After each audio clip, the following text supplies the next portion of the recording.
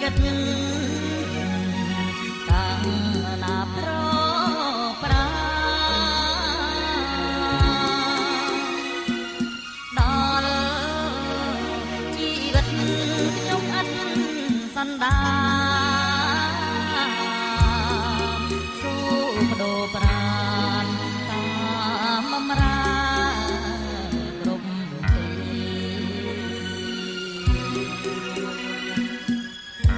អព្រំលិខិតមកចាំង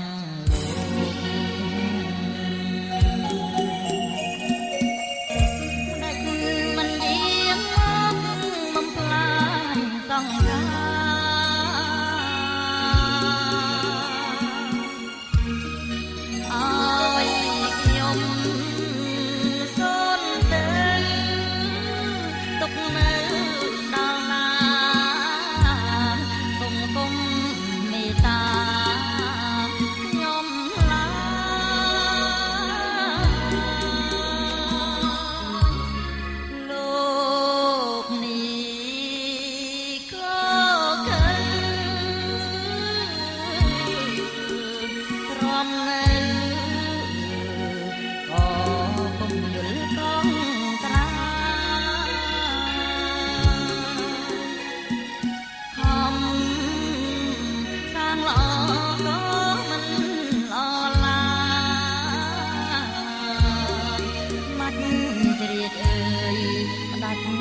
រជីវិតខ្ញុំ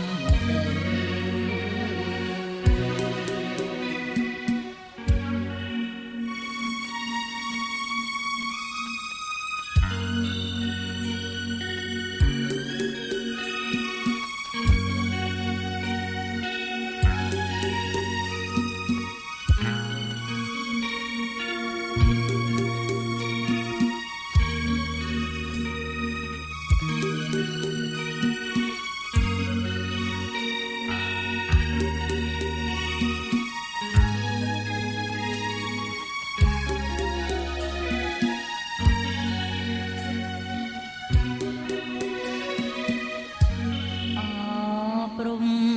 លិខិតមកចាំងលោកដាច់មិនយាងមកបំផ្លាញសង្ខារឲ្យខ្ញុំសូនទៅទុកនៅដល់ណាមេត្តាខ្ញុំឡា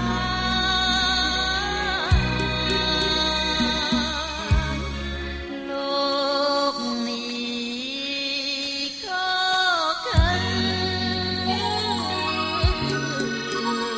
រំនៅ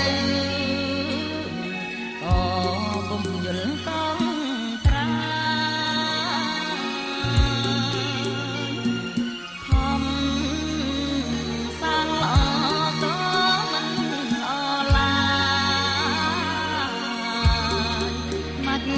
ជ្រាបអើយដាច់ជីវិត